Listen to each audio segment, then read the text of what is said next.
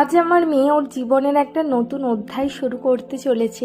তারই জন্য দাদাকে প্রথমে প্রণাম করে চুমকিয়ে তারপরে ঠাকুরকে প্রণাম করে আজকে স্কুলের পথে রওনা আমার দিচ্ছে। সন্ধ্যার প্রথম দিন স্কুল, এখনো ওদের ড্রেস দিয়ে ওঠেনি, কারণ ওদের যে স্কুলটায় ভর্তি করেছি সেটা আর কি এই নতুন হয়েছে।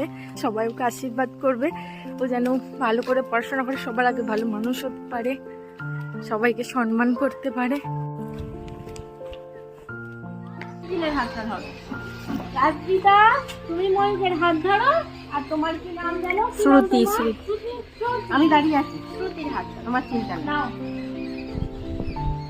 রিঙ্গা রিঙ্গা রোজ, ঘোরো ঘোরো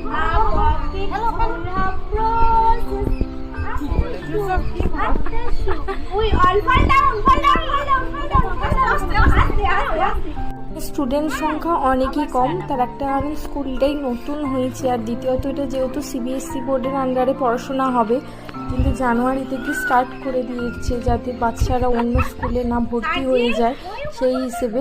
কিন্তু যেহেতু এপ্রিল থেকে অনেকগুলো বাচ্চা আসার কথা আছে, তো এক মাস প্রায় স্কুল হয়ে গেছে।